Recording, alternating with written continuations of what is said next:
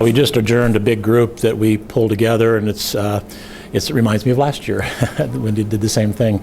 We have probably a couple dozen people either on the phone or around the table that represent all the aspects of what we do here, everything from doctors and nurses and perfusionists that are caregivers. We have terrific support needs like for dietary and environmental services, building and facilities issues around safe walks and parking and that kind of thing. So it is it's a community here. We have 9,000 employees. We've got hundreds, thousands of patients and families, and then we have the medical group and all the people there. We have the hospital and the university, so all of they're closed.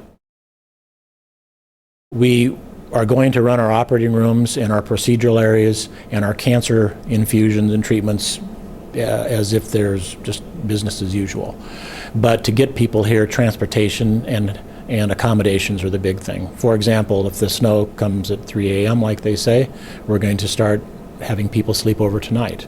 That our staff will have a transportation group that will be responding to questions about how to get people in here. A lot of folks are not comfortable driving, live in cul-de-sacs and things that they can't get their vehicles out. So we have our whole transportation hotline. So it's a big deal. We always have plenty of food and supplies and those kind of things, but we have cots that people sleep in.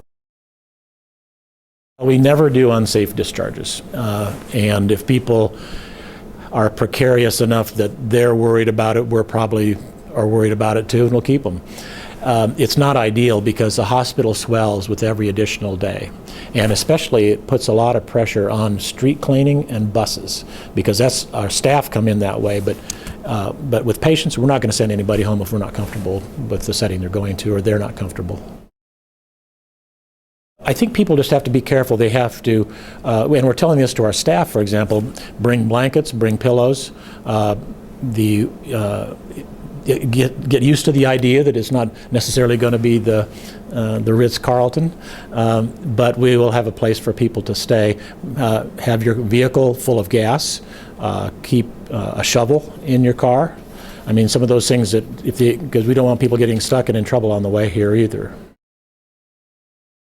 Typically, the kinds of accidents we see are not as severe because people are slowed down for the most part, and there's a lot more fender benders, but there's not as many high-moving vehicle accidents typically. So there won't be we don't anticipate a severe. We're going to be ready for them no matter what, but ideally that people will slow down.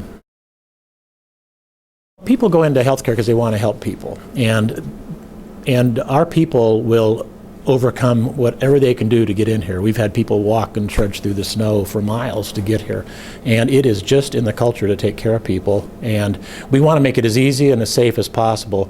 But last year when we had back-to-back snowstorms, it was a lot of planning and execution, but people made it in, and their attitudes were great, very upbeat, very helpful, and the patients feel that too.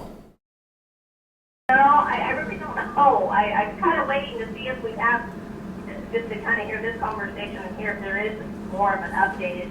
The Coopy side have already decided to cancel. I think that the UKP administration is meeting right now, and because those people show up here and then they get stuck and all sorts of things. So now I recognize they didn't cancel the clinics. That's a problem.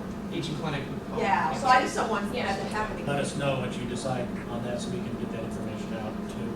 Again, I just think it's important to be consistent with what UKP decides. Yeah, they're posted on here too. I mean, we'll have to.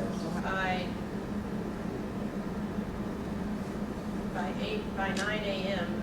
we're at 3 inches here, and then by noon we're at 4.5. So that's the biggest band of it. Looks like I'm just looking at this is from the age of 12 days. Okay. It's a good thought. You're waiting for this. I think we can call them. We can even call them on the phone. I don't know how many are on the schedule yet. I've got some